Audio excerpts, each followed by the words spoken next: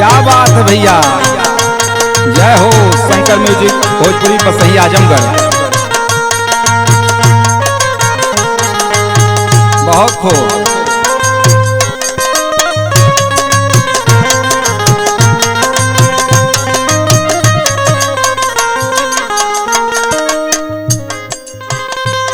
अरे का ये सखी का हो बियाहे गईल रहलू हो। अरे अपने सैया के हाल चाल बतेबू कैसे बीतल हो।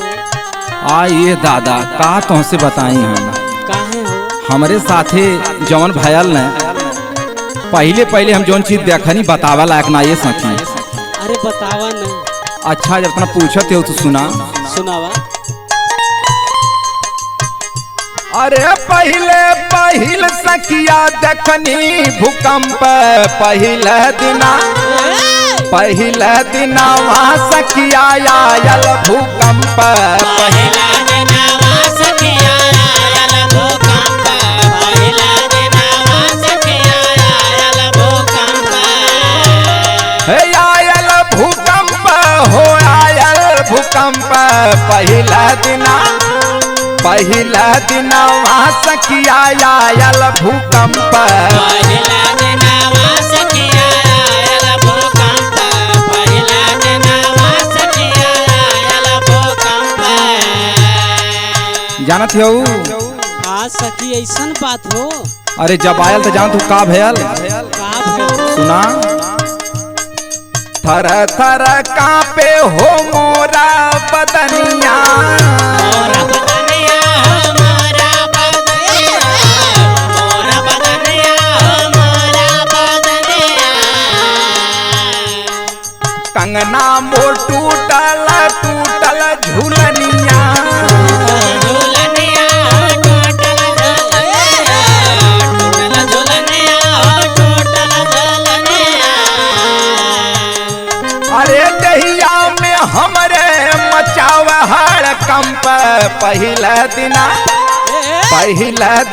वहाँ सखिया आयल भूकंप पहिला दिनवा सखिया आयल भूकंप पहिला दिनवा सखिया आयल भूकंप।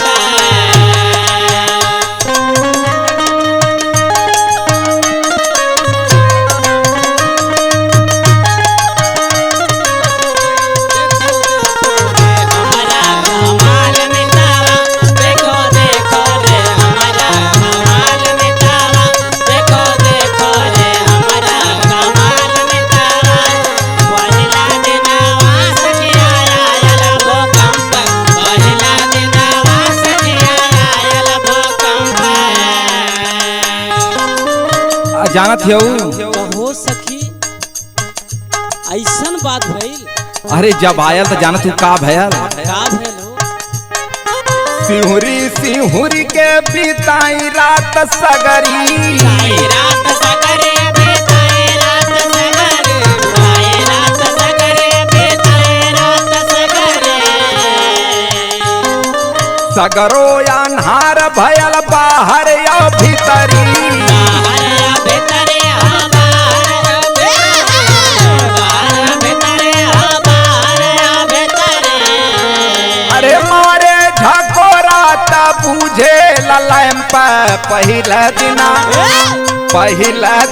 वहाँ सखिया आयल भूकंप पहिला दिनवा सखिया आयल भूकंप पहिला दिनवा सखिया आयल भूकंप आयल भूकंप आयल भूकंप आयल भूकंप पहिला दिनवा सखिया आयल भूकंप पहिला दिनवा सखिया आयल भूकंप। हो सखी इतना खुश हो गयल अब बताई ही के राजी ना हो। अरे सुना। ई दिन ई रात हमें कब भुलाई ना। काहे हो। सुना। सुनावा।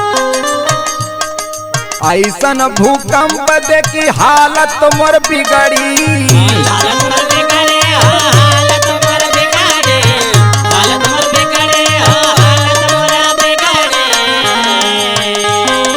कबहू ना भूली है हो सुबह सुबास पगड़ी सुबास पगड़े हो सुबास पगड़े सुबास पगड़े हो सुबास पगड़े अरे खटिया हिले मोरा मारे लजम्प पहिला दिना सखिया आयल भूकंप पहले दिन सखिया